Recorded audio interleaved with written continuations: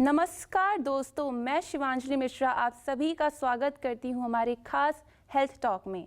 हमारा show health संबंधित मुद्दों पर आधारित है और आज हम बेहद ऐसे मुद्दे पर बात करेंगे जो है जंक फूड और स्ट्रीट फूड और जिससे बच्चों और युवाओं पर कैसा असर पड़ रहा है।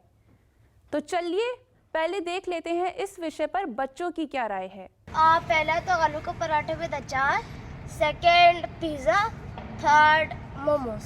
Pizza, burger, French fries. Pizza, momos और चिली पोटैटो तो मस्त। पिज़्ज़ा हो गया और हेल्दी में पालक पनीर कुछ और फिर मोमोज। तो आज हमारे साथ इस मुद्दे पर बातचीत करने के लिए स्टूडियो पे मौजूद हैं डॉक्टर सुरभि जो यथार्थ हॉस्पिटल से कार्यरत हैं। Welcome to our show ma'am. Thank you ma'am, मेरा पहला सवाल आपसे ये है कि आजकल के समय में जंक फूड यानी कि बर्गर, पिज़्ज़ा, चाउमीन ये सब डेली डाइट का हिस्सा बन गया है। जैसे कि हम पहले के समय में देखते थे कि बच्चे अपने घर के बना हेल्दी खाना ज़्यादा खाते थे, तो इस पर आपका क्या कहना है?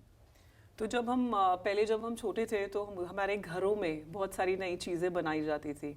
तो जब हम घर पे कुछ बनाते हैं, चाहे वो नूडल्स हो या पिज़्ज़ा हो, तो उसके बहुत ज़्यादा फ़ायदे होते हैं। एक तो हम उसका पोर्शन साइज़ कंट्रोल कर सकते हैं, जो इंग्रेडिएंट्स यूज़ होते हैं, जिस तेल या घी में वो बनाए जाते हैं वो हम चेक कर सकते हैं। पॉकेट फ्रेंडली तो डेफिनेटली होते ही हैं, बट इसके साथ साथ बहुत सारी एलर्जीज से भी हम प्रिवेंट कर सकते हैं अपने आप को। सो मुझे लगता है कि अभी का जो जंक फूड है जो कि हम बाहर से लेके खाते हैं, उसमें प्रेजर्वेटिव ज़्यादा होते हैं, एलर्जीज के चांस ज़्यादा होते हैं और वो इतने ज़्यादा एडिक्टिव होते हैं।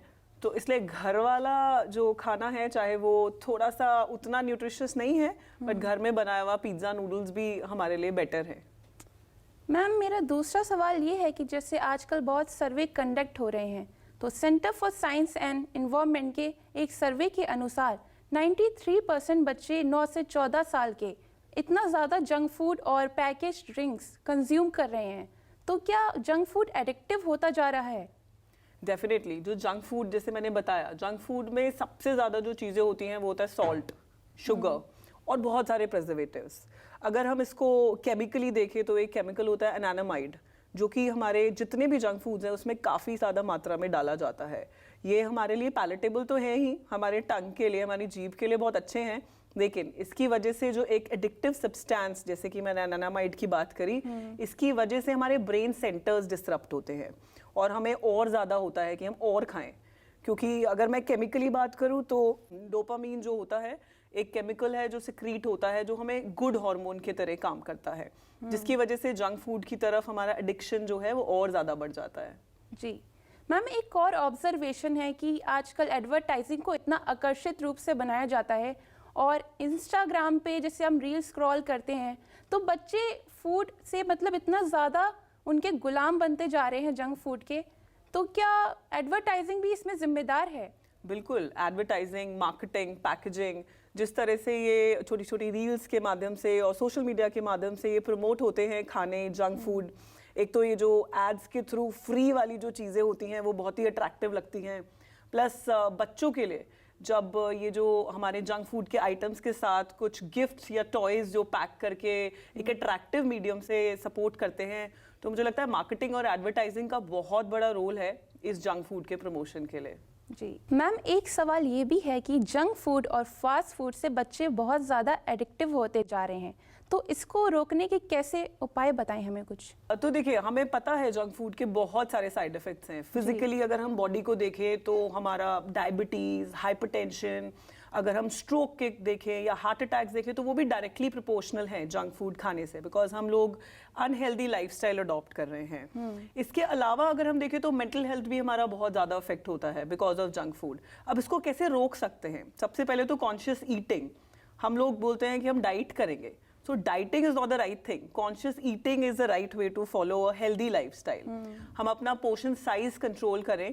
सबसे पहले अगर हम जंक फूड खा भी रहे हैं तो उसको मॉडरेशन में खाएं, और जो भी आप खरीदते हैं मार्केट से उसके पीछे देखिए, अट्रैक्टिव चीज़ें लिखी होती है, वो बहुत जो हमारा एनर्जी या कैलोरीज का सोर्स बहुत ज़्यादा है, लेकिन वो एम्प्टी कैलोरीज हैं।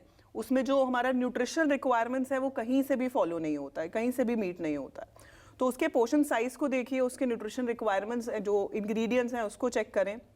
अगर आप नॉर्मली देखें तो आप फ्रिज में जो भी ये आपके जंक फूड आइटम्स है उसको पीछे रखें, सो दैट आपका वो जो माइंड है ना, आपका हाथ नहीं पहुंचे वहां तक. So it takes time. So बाकी जो चीज़ हम मॉडरेशन में कंज्यूम करेंगे, आई थिंक वो हमारे लिए बहुत बहुत इंपॉर्टेंट है. पता होना, अवेयर होना is the first step. Thank you doctor Surabhi, हमारे दर्शकों को इतनी महत्वपूर्ण बातें बताने के लिए जंक फूड से और उनसे क्या समस्याएं हो रही हैं आजकल और उनको कैसे रोका जाए. थैंक तो यू. ये था आज की हमारी कड़ी हमारे शो हेल्थ टॉक में. अगली और हेल्थ से रिलेटेड बातें देखने के लिए देखते रहिए हमारा शो हेल्थ टॉक. नमस्कार.